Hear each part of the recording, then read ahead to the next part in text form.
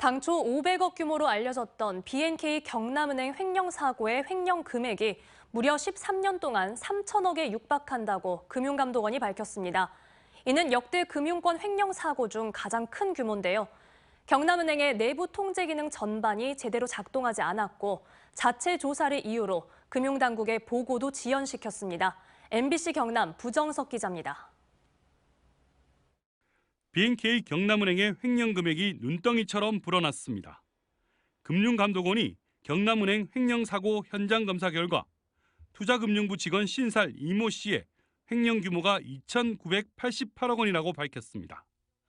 이는 역대 금융권 횡령 사고 중 가장 큰 규모입니다. 당초 경남은행 자체 내부 감사와 점검에서 확인됐던 562억 원보다 5배 이상, 검찰 기소 금액 1,387억 원보다 2배 이상 늘었습니다. 이 씨는 지난 2009년 5월부터 지난해 7월까지 자신이 담당했던 17개 사업장에서 돈을 빼돌렸습니다.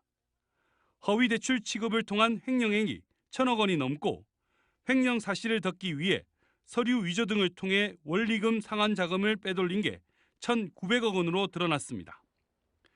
이 씨는 횡령 자금 중 일부를 골드바나 부동산 매입, 자녀 유학비와 주식 투자 등에 사용한 것으로 드러났습니다. 횡령에 따른 경남은행의 순손실 규모만 약 600억 원. 금융감독원에서 발표한 횡령 금액은 여러 차주 명의 거래를 돌려막기 하는 과정에서 발생한 금액으로 파악됩니다. 경남은행의 순수 피해 금액은 595억 원으로 정기 및 단기 재무제표에 이미 반영해 확정하고 공시를 완료했습니다. 금융감독원은 경남은행의 내부 통제 기능 전반이 제대로 작동하지 않은 게 가장 큰 문제라고 지적했습니다.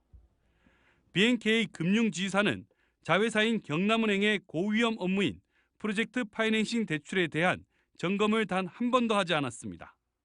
또 이 씨는 사후 관리 업무까지 맡았지만 직무 분리는 전혀 없었습니다. 이처럼 점검도 관리도 엉망이다 보니 무려 13년 동안 77번이나 횡령을 했지만 전혀 적발되지 않았던 겁니다.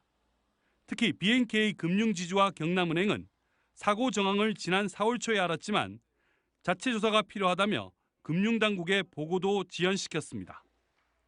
이 씨와 이 씨를 도운 혐의로 증권사 직원이 구속된 가운데 금감원은 횡령금액 사용처를 추가 확인하고 검사 결과에 따라 임직원 등 위법 부당 행위에 대해서 엄정 조치하겠다고 밝혔습니다. MBC 뉴스 부정석입니다. 언제 어디서나 내 손 안의 뉴스. 광주 MBC 뉴스 유튜브 구독으로 함께하세요.